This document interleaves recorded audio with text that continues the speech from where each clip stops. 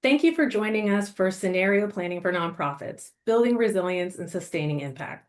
My name is Marissa Collins, and I'm the Director of Strategic Partnerships and Partner Communications at Social Current. For those of you who are new to hearing about Social Current, we're the premier partner to a diverse network of human and social service organizations offering solutions like COA accreditation, consulting, and other resources. So our strategic industry partners are a wonderful way to share even more solutions with our network and the sector. So we're really happy to have our strategic industry partner, your part-time controller, we call him YPTC for short, with us today, and welcome Eric Johnson, who's going to lead the discussion. Welcome, Eric. Thank you, Marissa. Thank you for everyone for attending and joining us today. Greatly appreciate it. Sandra and I are very excited to be here and hopefully see some of you at the conference in a couple weeks. Hard to believe. But yes, we're going to cover the scenario planning for nonprofits today. So hopefully you all can see my screen. So off we go. So I'm Eric Johnson. I have been with YPTC for 3 years now, and I have nearly 20 years of nonprofit accounting experience, which includes working in social service organizations, the arts, and workforce development, to name a few. I work in the remote services area of YPTC, and I focus on the Midwest, and I am presenting today from Kalamazoo, Michigan. So, and Sandra, I'll let you introduce yourself. Thanks, Eric. I'm Sandra Magri. I'm a licensed CPA in Massachusetts, and I'm the director of the Boston market of your part-time controller. The Boston market covers all 6 New England states. I've been with YPTC for 5 years, and like Eric, have nearly 20 years of experience working with nonprofit organizations. And I am joining you all today from the beautiful fall foliage of Western Massachusetts. So welcome to Scenario Planning for Nonprofits. We are so grateful to have you joining us today. This is going to be a very valuable and relevant session. Before we get into the meat and potatoes of the session, I'd love to introduce who YPTC is in a little more depth. Your part-time controller is a professional services firm that specializes in nonprofit financial management. We have more than 30 years of nonprofit expertise, and our services include accounting, reporting, data visualization, and best practices, to name just a few. Our network of almost 800 staff have seen it all. We help over 2,000 clients throughout the United States and overseas. We are happy to support clients both on-site and remotely. And we're going to jump into learning objectives. So in this session, we're going to break down practical scenario planning and revenue diversification strategies that build long-term financial stability. The 3 areas we'll cover will be strategies. We'll look at how to build scenario plans that help focus on you on your mission, even when things shift. We'll cover solutions. We'll explore ways to broaden revenue streams to support long-term financial health, and best practices. So we'll cover key questions, proven approaches, and just how to make the scenario planning process more effective. But first, we have a poll. We sure do. So I'm going to launch our poll. All right, so hopefully you all see this. Who is joining us today? Do we have our executive directors, our board members, our finance team members, our development team members, or are you somebody else? We are cruising up the poll. It looks like we have 79, 80. Ooh, it's moving quickly. You guys are good. 86%. We'll give it another minute for the 9 people or so that haven't participated, and then we will share the results to know who we're talking to. I'm gonna give it another 5 seconds or so. We are really cruising. We're almost at 100%. This is really exciting on this view, everyone. Yeah, it's a really interesting breakout of who is here. It's true. All right, so I'm going to end the poll in 5, 4, 3, 2, 1. All right, so we will share our results. Hopefully you can all see that. And we have 32% of you are executive directors. We have no board members here, interestingly enough. 29% are finance team members. We have 7 development team members, and then 20 of you are something else, and that's great. Thank you all for being here. We're happy to meet you. All right, so what is scenario planning? Scenario planning is a strategic planning method used to create a variety of forecasts or outcomes. Much like the crystal ball shown here in this slide, scenario planning encourages management to explore potential future scenarios and then develop action plans based on how you think your organization will respond. By developing strategies to address various future scenarios, organizations can anticipate potential challenges and also opportunities. By accepting uncertainty and focusing on flexibility, scenario planning prepares organizations to better respond to a variety of possible outcomes. One of my favorite phrases is plan for the worst, hope for the best. Well, that's pretty much scenario planning. An example of this might be a social services organization that's a food pantry that uses scenario planning to prepare for a surge in demand due to rising unemployment. They could model scenarios where demand increases by 25, 50, or even 100% and plan how to scale operations accordingly. So scenario planning has many different components or different tools that organizations can use. The first one we're going to focus here that you're all most likely very familiar with is budgeting. Budgeting is a tool that, as you all know, primarily focuses on financial resources for a defined period of time, likely your fiscal year. If you have a January 1 fiscal year beginning, you're probably in the thick of it right now as you're trying to figure out what next year is going to look like. A little bit different is forecasting, where you're trying to aim to predict most likely future based on historical data and trends. So similarly, if you have a January 1 fiscal year start, you just started your final quarter of this fiscal year, and you're using the data and information that may or may not be relevant based on what we're going through right now. We're trying to predict what's going to happen in October, November, December. And then finally, scenario planning, which is all about risk management and developing strategic responses for various futures. So in scenario planning, the outcome isn't limited to one plan, like your budget, or one potential outcome, like your ending cash for the period, but rather on multiple scenarios and multiple options. That being said, the process will likely start with your operating budget. One of the most important components of any budgeting or scenario planning is going to be your time horizon. So a time horizon, if you're going through a crisis right now, you're probably thinking, what do I need to do to get through the day, right? A crisis situation, you're probably thinking 3 to 6 to maybe 12 months out, just trying to figure out, all right, what do we need to do to stay involved? How do we keep providing to our community and our constituents, and having short-term goals? If you're thinking long-term, you're trying to think 12 to 18 months to 3 years out. That's where, once you maybe have pivoted, or if you had been planning for this all along and kind of predicted what 2025 was going to bring, kudos to you. But unfortunately, a lot of us, in the nonprofit sector, a lot of things have changed in January when we started experiencing federal funding cuts, among other things. So the process for each of you will look a little bit different depending upon your needs and your likely outcomes. But again, this all could be similar, it's just at different accelerated paces. And we'll talk about that here in a second. So scenario planning can be particularly valuable as you navigate uncertainties while striving to achieve your mission.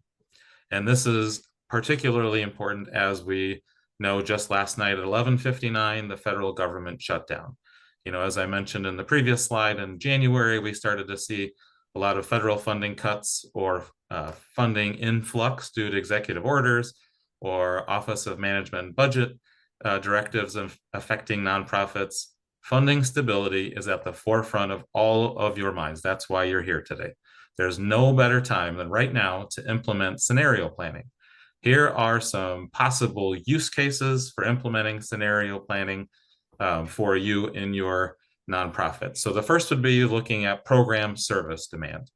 This is talking about being ready for shifts and how many people you might need to serve at any moment, like demand during tough economic times or less demand as community needs change. An example of this could be a homeless shelter anticipating a spike in need during winter months for shelter purposes or warming stations, or following eviction moratoriums. Scenario planning can help your organization prepare for staffing, supplies, and partnerships with local agencies. Additionally, funding stability. This is where you want to think through different funding possibilities, like changes in grants, government support, or donor giving habits. An example of this could be a youth mentoring nonprofit that relies heavily on a state grant that's up for renewal. Well, they probably should create some scenarios to do full funding, partial funding, and unfortunately probably also look at no funding, just to make sure that in case any of the situations occur, they have some likely scenarios to look at corporate sponsorships or fee-for-service models. Communication strategies. You really want to have a method or strategy in place to keep everyone informed. This includes internal and external stakeholders, whether it's about new programs or changes to your current programs.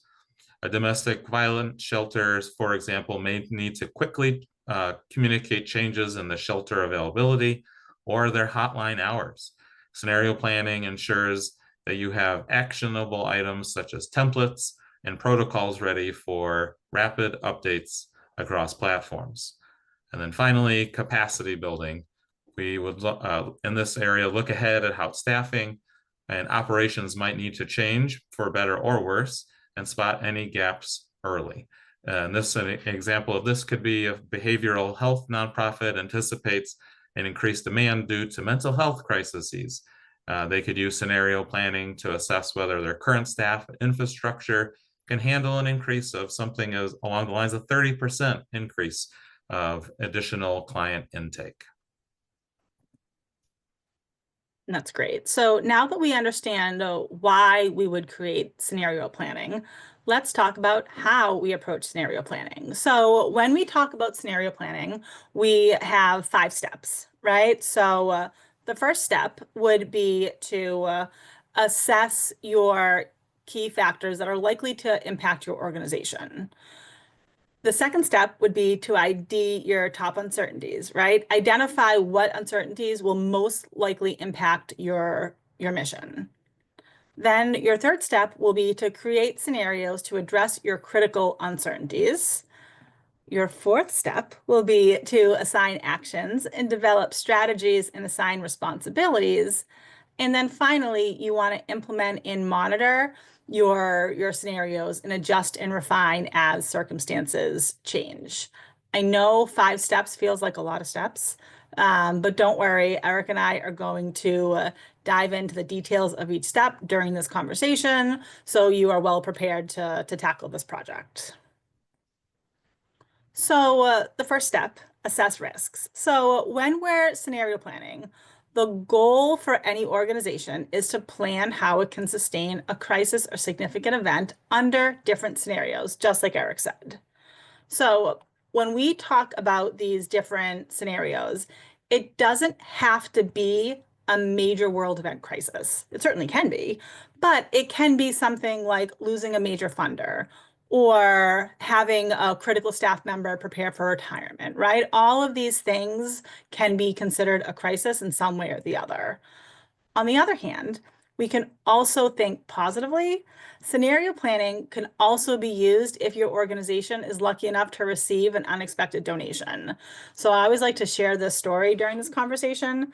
I worked with an organization, and for any of you who have seen Hamilton, who hasn't actually seen Hamilton at this point, but anyways, there's a point in Hamilton where Burr says Hamilton's writing like he's running out of time nonstop. And this development person was constantly writing nonstop, just throwing grant applications against a wall. And I'm not exaggerating when I say $6 million fell out of the sky, right? We had built that into the scenario plan.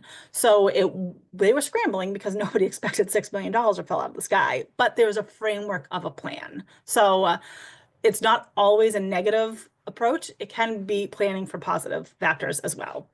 Anyways, so in step 1, the goal is to assess your entity's risks. What are the key factors likely to impact your organization? So there's many ways to approach this, and the PESTLE approach is is a safe one, right? Thinking about the political, economic, social, technological, legal, and environmental factors. When you're approaching your scenario planning and assessing your risk, it's common to be overwhelmed because where do you even start? Well, we find it easiest to take the functional approach and assess key factors that are likely to impact your programs, fundraising, and admin areas. You're already thinking about this as an organization because your statement of functional expenses follow this, as does your 990. So it's a natural thought process to go through. When you're looking at your functions and your factors, make sure to consider both external and internal factors, right? It's easy to look at what's going to happen externally, but look internally. Do you have a lease coming up? Do you have someone retiring? Do you have someone going out on maternity leave or parental leave? Some factors are not always risks, right? Like I said, you can look at this as an opportunity as well to plan as you move forward. So during step 2, the goal is to identify those mission critical factors that in your analysis, you feel must be addressed in your scenario planning. So again, looking at the functional areas and the factors and then assigning priority. If a staffing shortage is your highest priority in your admin, you're going to want to think about that sooner. You want to keep your head out of the clouds and don't go to the worst case scenario. Think about the realistic impact to your organization. What does it mean if somebody retires? What does it really mean if there's restrictions on environmental initiatives, right? Keeping the realistic impact front and center will help this process at least get off the ground in a smoother way. So another poll question, because we love poll questions. So what I am going to launch this as I talk about it. So what critical uncertainties are keeping you up at night? You can select as many as you'd like. Is it reliance on a few major funders, staffing shortages, rising program costs, changes in service demand, shifts in public policy, or competition from similar nonprofits? All right, we're coming in fast and furious. I feel like we should have the Jeopardy music going. We're at 66%. And we'll give it another, I don't know, 15 seconds or so to get as much participation so we can see where we all sit. I suspect we'll all probably be in the same place. All right, we're gonna go in 5, 4, 3, 2, 1. All right, so I'm gonna end the poll and I'm gonna share the results. And you can see that we're sort of across the board. Competition isn't a huge concern, which is great, but we are all relying on major funders. We have staffing shortages, who doesn't, rising program costs, shifts in public policy. So we're all in the same boat. And that's why scenario planning is so important, because these things are important. I will stop sharing. We'll keep on trucking. No, those are all absolutely applicable, and thank you for sharing that information. So now we're going to talk about step 3. And in step 3, you will have 2 areas we'll start with the basics, but 2 areas that you really need to figure out. First, we'll cover what you'll need. And with any strategic process or any process, you'll need to have a starting point. For most, that starting point will most likely be your current fiscal year forecast of projected revenues and expenses. I don't mention the budget just because at this point, what you predicted for your budget for 2025 has long gone out the window. Your accounting or finance department should be able to create this forecast using input from relevant stakeholders. For example, your donor forecast should be helped or provided by your development and fundraising team or external fundraising consultants. Information on fixed costs should be provided by your operations team, and information on the availability of federal funding will come from external parties such as federal program officers or managers. And when we were filling this out, we didn't think that this was going to be happening on October 1. So they may or may not be able to answer your responses or respond to your questions. But what you'll need to do, each scenario will have its own set of assumptions, and we'll probably talk about it a couple times here. So I apologize if I'm a broken record, but we will tell you to document.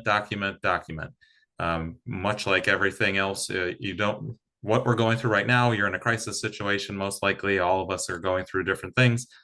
You don't know what you in a year from now or 6 months or 3 months from now, just trying to figure out, why did we think this? What were our assumptions for each of the items that we were considering? Documented. So that way, in case there's a transition, or what we like to say, win the lottery rule, there's at least documentation and support for it. So we really recommend creating at least 3 scenarios, and each with its own set of identified assumptions. For these purposes today, the presentation will say optimistic, reasonable, or catastrophic are going to be our 3 scenarios. So for example, your optimistic scenario may assume that the loss of a major federal grant can be replaced by another federal grant, or even a second foundation grant, because you do really amazing work and there's great support out there for you. Or there could be catastrophic scenario where you may assume the loss of federal funding and minimal response to the donor campaign or annual appeal for what you sent out, and try to get local support. Let's take a quick look at how these assumptions might be grouped. So as I mentioned in the last slide, they're the optimistic assumptions. As Sandra said, there are still opportunities for growth, and there's opportunities to use this as an opportunity and say how we can make some changes. So an opportunity here in the optimistic assumption is, hey, we're going to secure new foundation grants. We're going to expand our fee-for-service activities. And to do that, we'll also have to increase our staff capacity, while also making sure additional costs are tied to make sure that the costs of managing a new grant or award are included. Then we have a more reasonable or conservative assumption. And in this scenario, we're anticipating lower than expected revenue, where we anticipate not securing a targeted foundation grant, or a federal award comes in late or reduced due to funding freezes. And then we're going to align our expenses by saying we're going to pause planned staffing increases, or just keep our expenses for the rest of the year level through the remainder of the year. And then finally, the catastrophic scenario. This scenario reflects a severe downturn in funding. This could be a loss of a major foundation grant, a cancellation of half of a government contract or more. This could be a minimal donor response to appeals. And unfortunately, you'll have to make some difficult decisions for your expenses. And this could include staff layoffs, implement broad expense cuts, or even seeing some no concessions or flexibility when you're negotiating with vendors. When you're creating your scenarios, as I mentioned, be sure to document the unique set of assumptions that apply to each. Not only will the assumptions be a guide for those preparing the scenarios, but they also ensure all the users are on the same page. When you have a functioning organization, finance and development and leadership and programs are all on the same page and working collaboratively. Because we had limited space on our slide, we're only sharing some high-level summarized examples here, but you get the idea. Once we've assigned your assumptions and have a roadmap for creating your scenarios, it'll be time to analyze how those assumptions impact your scenarios. So on the next few slides, we'll cover some questions you might want to consider. All right, I'm still plugging along here. So we've got when faced with uncertainty, there are 4 kinds of strategies or actions that you might want to take. So the first being spend less.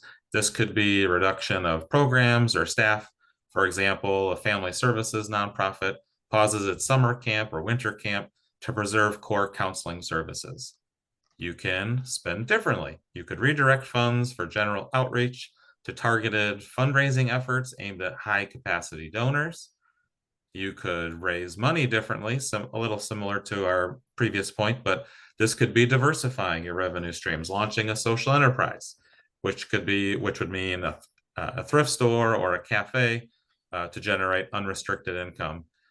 Or finally, you could raise more through a campaign via organizing a community giving day with matching funds from a local foundation. So let's see how this might work in practice, and we'll consider questions that you might ask. And then finally, with all those in mind, some of the questions that we might want to ask regarding each revenue category, because that is going to really be the driver unless you have some additional funds to cover what your operations are doing. We want to make sure that we're reviewing contributed revenue. Let's say you lose a major funder. If you're unable to replace it, what might that look like? If you have earned revenue and program services, are those in jeopardy? What does that look like? How does that impact our programs and operations? Are you fortunate enough to have reserves to be able to sustain operations until new funding can be found? Do you have access to board designated funds of some sort that the board would allow you to draw from in these circumstances? A rainy day fund, for example. Well, it sure looks like it's raining right now.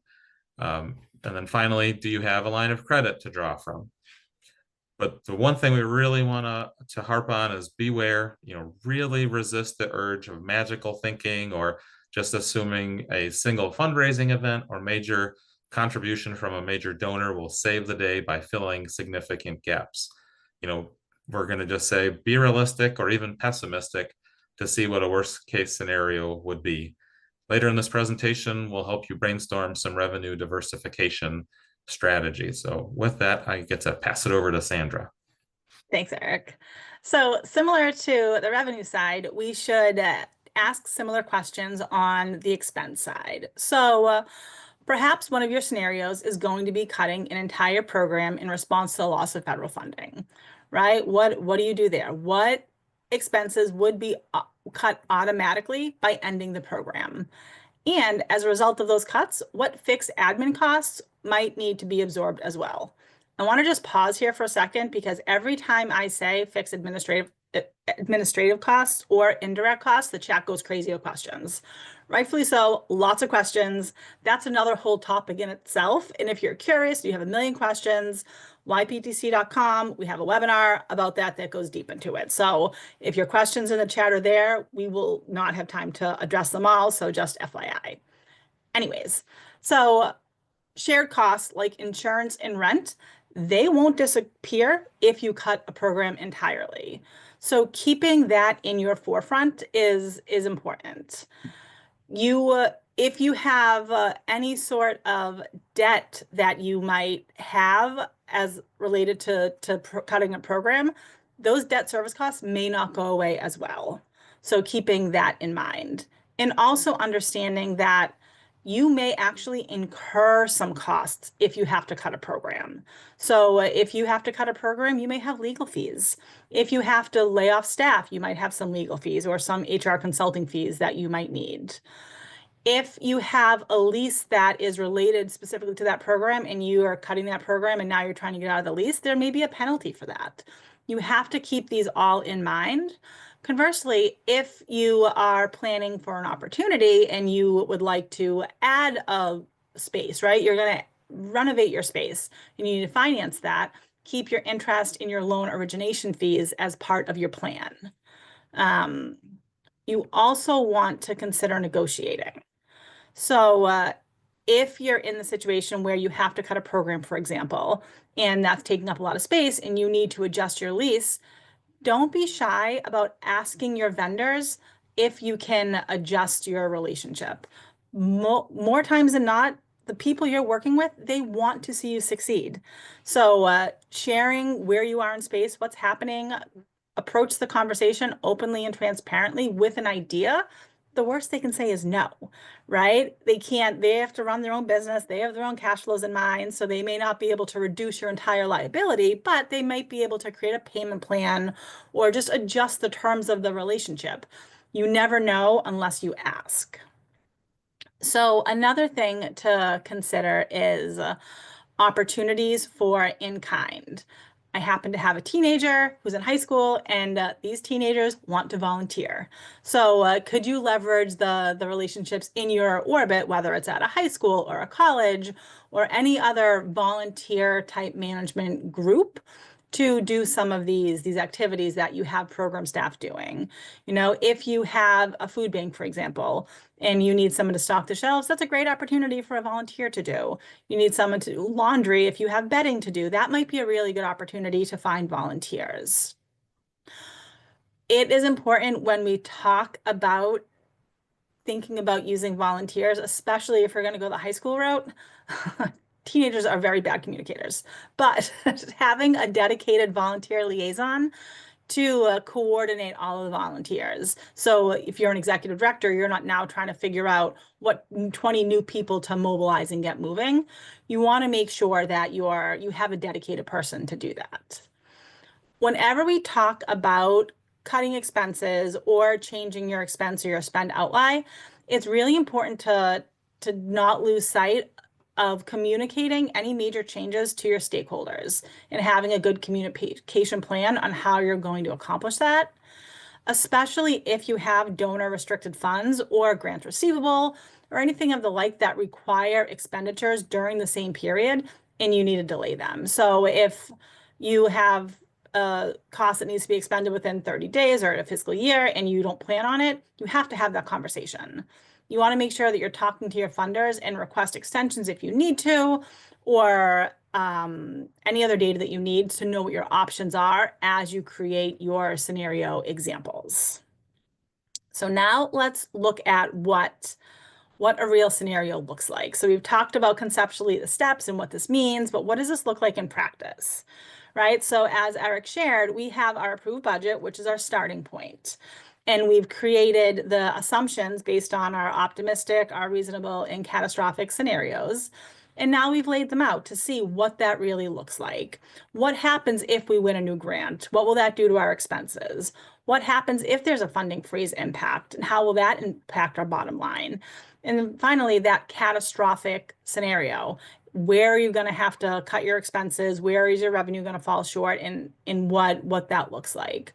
Documenting your assumptions in this format would really helpful. So if you win the lottery, or if you're abducted by aliens, or if you forget in 6 months what you talked about, you have it documented so you don't have to recreate the wheel. So I like to talk about this as it relates to automation. So all of these examples are done in Excel. And on the next slide, I'm going to show you a scenario tool and a data visualization. So if we can move to that, Eric, that would be great. Thank you. We do these tools as accountants in Excel. I love Excel. You will have to pry it from my life if it ever goes away. But Excel is intensive and it can be error prone. So we as a firm and just as accountants who are evolving always recommend using an automated tool when possible to more effectively and efficiently build and customize your scenarios. There's a ton on the market. This was created with Reach Reporting. We like that tool, but the tools make it easy to visualize it so your stakeholders can see this. And we're going to talk about this more in depth in a minute, but keep this visual in your mind because what this did is it took that grid format that we just looked at and it maps it out for you. So you can see in a graph format, right, what your budget was, what your break even is, and where things are going to ebb and flow.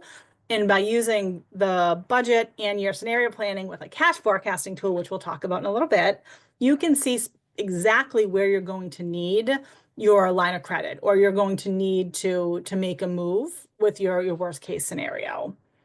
Sorry, we're going to talk next about action, right? So we talked about step 3.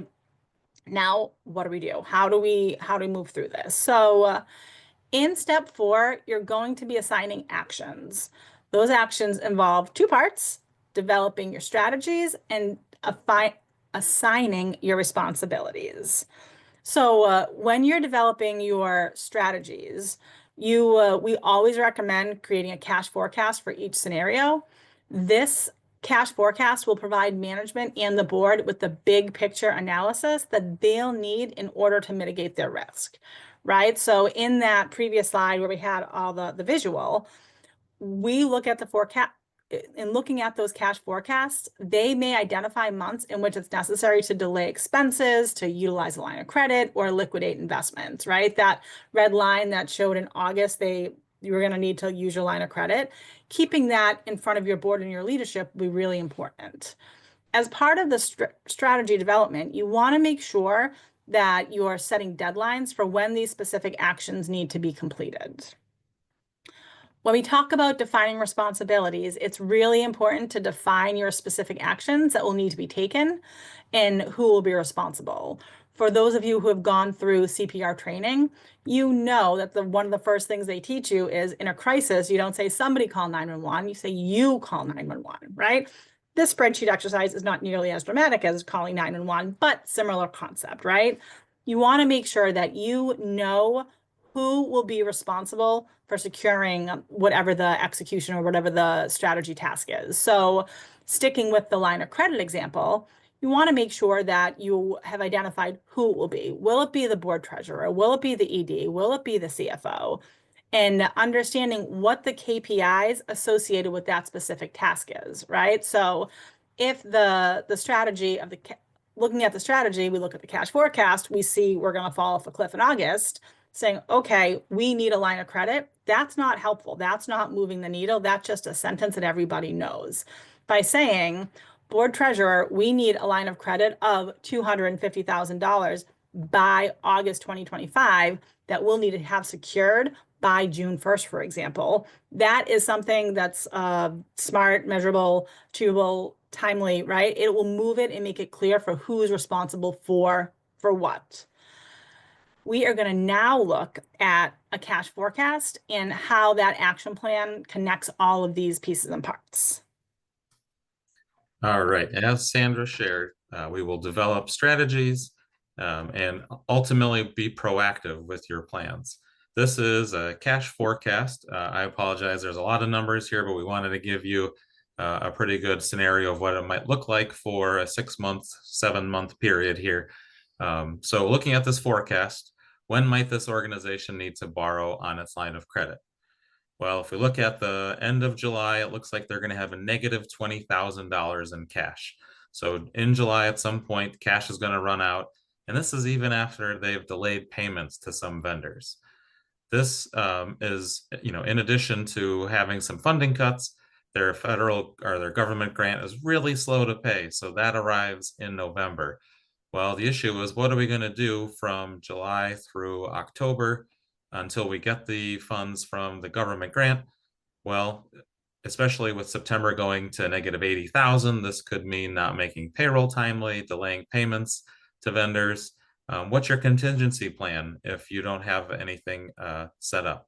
Well, if you don't already have a line of credit in place, this is really a good time to get to call the banker and obtain one. It looks like it might be the right time for the organization to keep doing a rolling cash forecast on an ongoing basis to make sure that if there is a sharp decrease going forward, they can plan and implement and not have to scramble at the last minute. You can be proactive.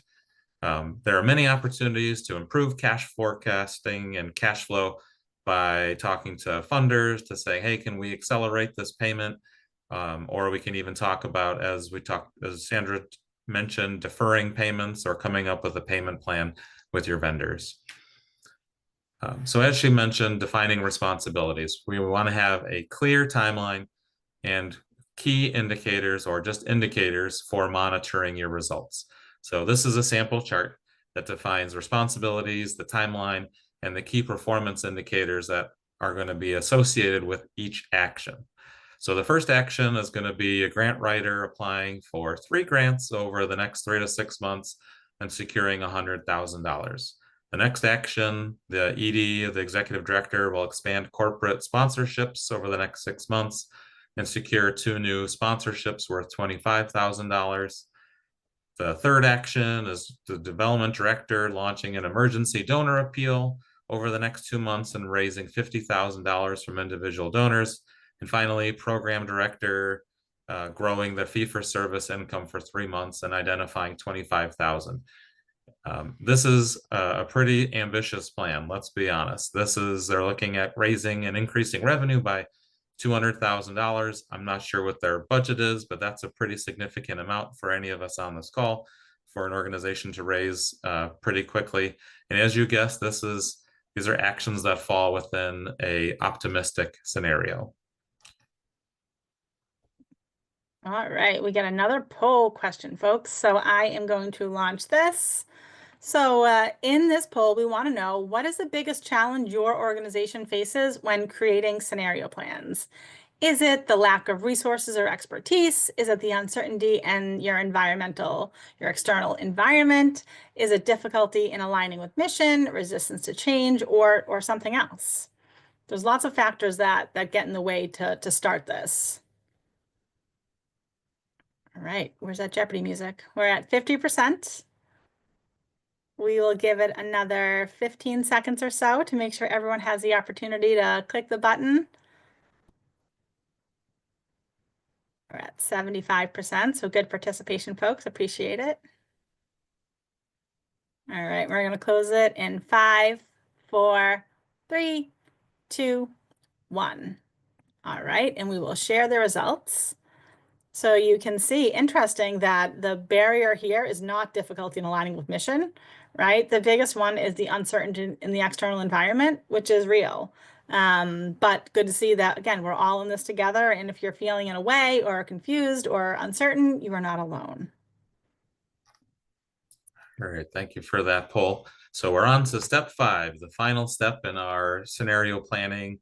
And the final step is to implement and monitor. So while scenarios and cash forecasts should be reviewed by management and the board, they don't require board approval for implementation. You may want to check your bylaws to make sure that that's the case, but most likely, most nonprofits, it's just an amended budget or an original budget for a fiscal year that has to be approved. But again, double check your bylaws. Really the most important steps in a crisis planning are what we do after scenario has been implemented. And that is monitoring the forecast through timely comparisons to actual results. So what is timely? Timely for us is early and often. Based on your situation, this could be weekly or even daily. This is essentially constant evaluation, and it's highly recommended during a crisis. Any significant deviations from the forecast really should be reviewed by the board, and it will be prepared. The board and leadership will be prepared to pivot if any of the scenarios the initial scenario is not realized, and then we can say this is what's actually happening. So for example, if the catastrophic scenario is becoming the most likely outcome, we want to ensure that the decisions and assumptions associated with that forecast are implemented immediately to mitigate risk and reduce any potential long-term impacts. The entire process can be jeopardized if a board or leadership does not take action when results indicate catastrophic scenarios. As part of your month-end process, your board should review financials within 2 to 3 weeks of your prior month's end. And this is best practice, but also in a crisis situation, the sooner you can get the information, the better, so then you can make timely and accurate business decisions. Sometimes, especially in the midst of a crisis, it's necessary to provide management with cash projections on a weekly or daily basis. I've been there, and I know it's exhausting to be providing daily updates on cash, but I'll never forget when I worked at a social service organization that was waiting months for a state of Illinois grant payment. It was overdue, and every day I'd go in, check the bank for pending deposits or other deposits, and would reach out to the program officer and ask the staff to find out when it was coming in. And then finally, one day we received a $300,000 payment, and I'll never forget the ED giving me a hug so we could cover payroll and we could all sleep at night and think about how things were going. But from that, we learned to do cash flow forecasting on a regular basis. And I think at that point, we scaled back to being able to do it weekly instead of daily. But each situation that you're in will be slightly different. So do whatever is best for you and your organization. And then in preparing your cash forecast, we want to be sure to consider things such as debt service, which is principal repayments and loan interest if you have a loan, cash restricted by donors. Make sure that you're not using cash that's restricted by donors for fixed assets or future year programs. And additionally, bank covenants for loans that might require you to maintain a certain level of cash in the bank. So on this sheet, again, it's a little small, I apologize, but the key here is we're going to just quickly look at an example of a cash flow forecast. So at the beginning of the week, we have roughly $29,000 in beginning cash. And we've talked to the internal stakeholders, and we're projecting about $13,000 of inflows this week. And we have about 19,000 in total outflows. So we figured out what we could pay, what we can afford to cover at the moment. We're giving us about 23,000 in cash balance. But we also see there's a small restricted cash balance of $385. Thankfully, not a significant amount. But ultimately, the bank requires that we have 10,000 in reserve cash at any moment, leaving us with only 13,000 in cash available. The line of credit balance is roughly 12,000, and we have another 27 available. We really are likely going to be needing the additional line of credit funds, especially if we don't get the 9,500 in grant income that we had anticipated. So hopefully we get the deposits that we need. But this is just a good example of what you could look at on a weekly basis or daily. That's right. That's right. So we promised that we would have a little bit of a conversation around revenue diversification at the end of this. So things that we know, it's so interesting that when we have this conversation, it can feel a little doom and gloomy, right? But we know that when times get tough, there's one thing that we've learned, and that's nonprofits are resilient, right? We know this. We know that nonprofits are already running pretty lean. And other than cutting entire programs, there's a little opportunity for cost-cutting measures. So that's where revenue diversification comes into play. I know whenever we talk about revenue diversification, the eyes start rolling like, yeah, just make more money, right? And that's not what this is.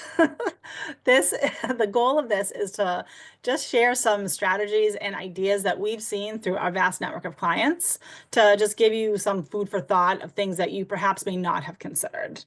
So let's get into it. So before we jump into that, I want to level set and define what we mean by contributed revenue sources, so there's no confusion as we talk. So financial assets are cash contributions, marketable securities, or grants from foundations and governments. And that's largely the strategies we're going to be talking about.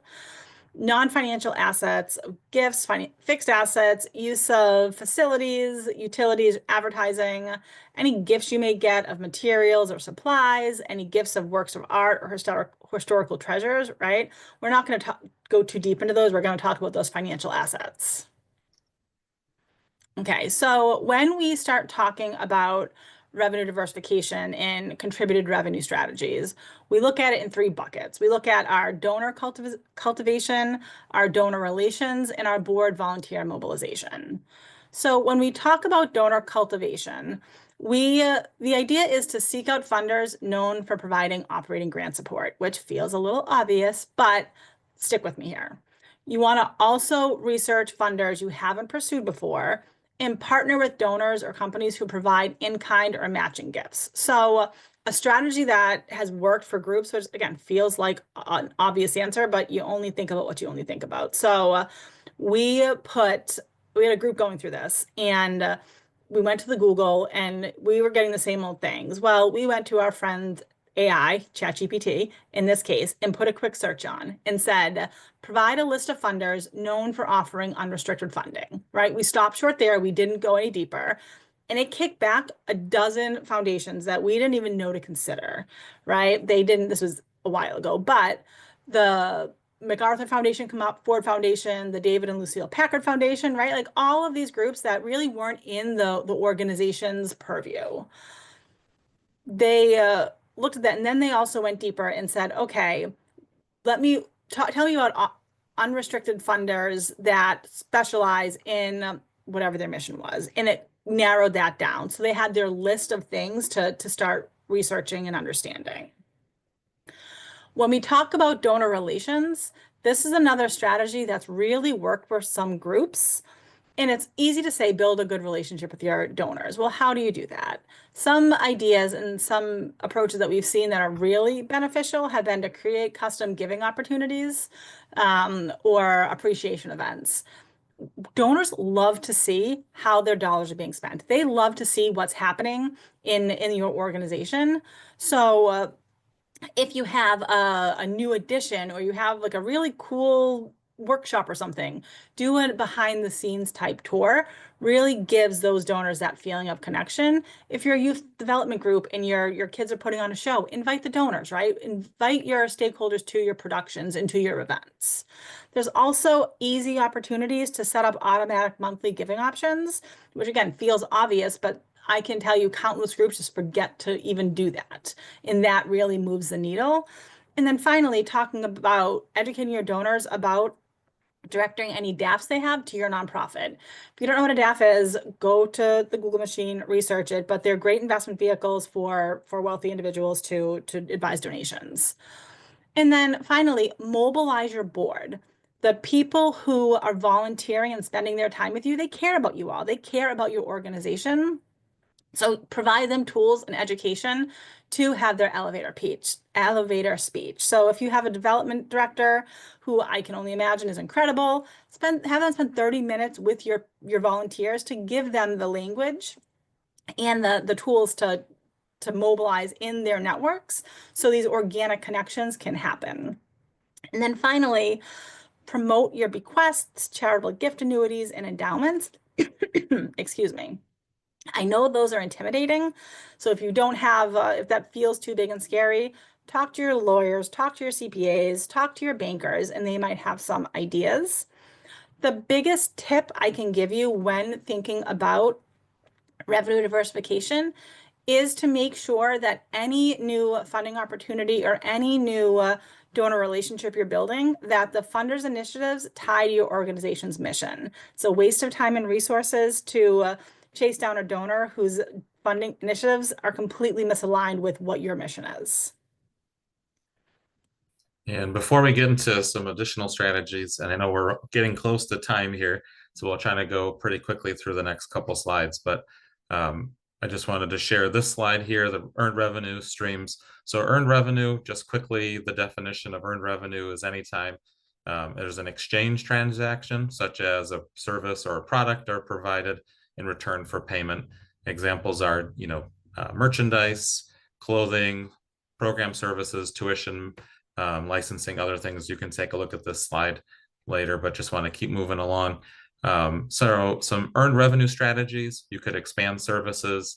On here it shows offer membership benefits for social service organizations. That's not terribly applicable, but you could offer paid parenting workshops, trauma-informed care training to other nonprofits or schools, or using a pay-what-you-can model for services accessible, keep services accessible and still bring in some revenue. You can create sales opportunities, such as selling toolkits or curriculum developed in-house for your youth development. You could sell branded merchandise or products that align with your organization's goals. Or finally, you could monetize assets. So if you have additional space, if you have a large conference room that can host meetings or other things, you could share that and rent it out to the community. But one thing to remember or reminder is, before engaging in any new revenue ventures, be sure to consult with your tax accountants or attorneys to make sure that there's no potential tax consequences. We did a training on this a few months ago called Uncovering UBI, which is uncovering unrelated business income. So it can be beneficial, but if you're going to have to pay taxes on it, it may not be something that you want to consider.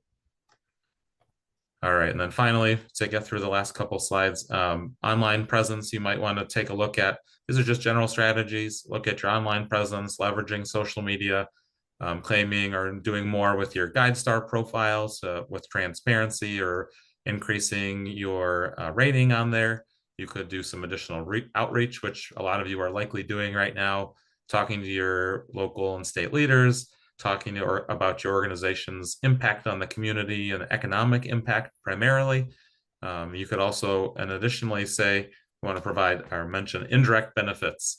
So these would be benefits that don't necessarily provide income, but gain exposure, keep you in, strengthen relationships with your community members, with your donors, and most importantly, volunteers, and just keeping your name out there and showing the impact that you have.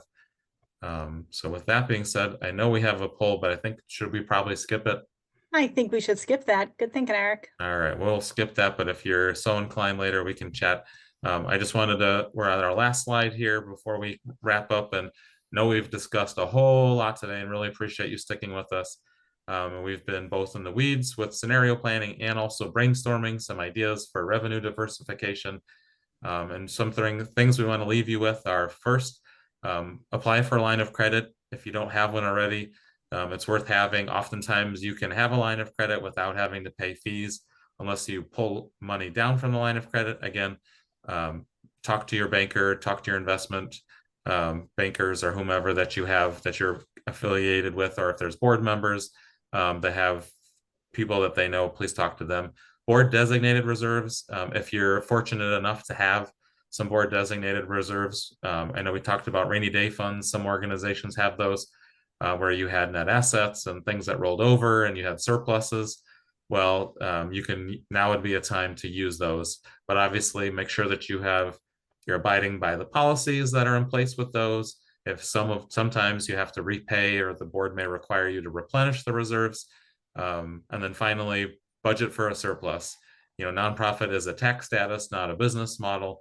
I know that's really hard for us to think about right now at a time where we're struggling with a federal shutdown and everything, but think about how can we budget for a surplus so that you can maintain your services and provide to the community long term.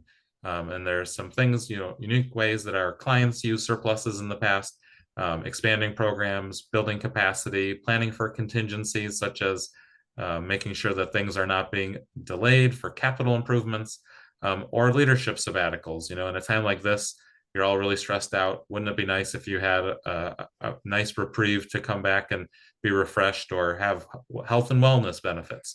Those are just some ideas. So with that, we want to thank you all for attending.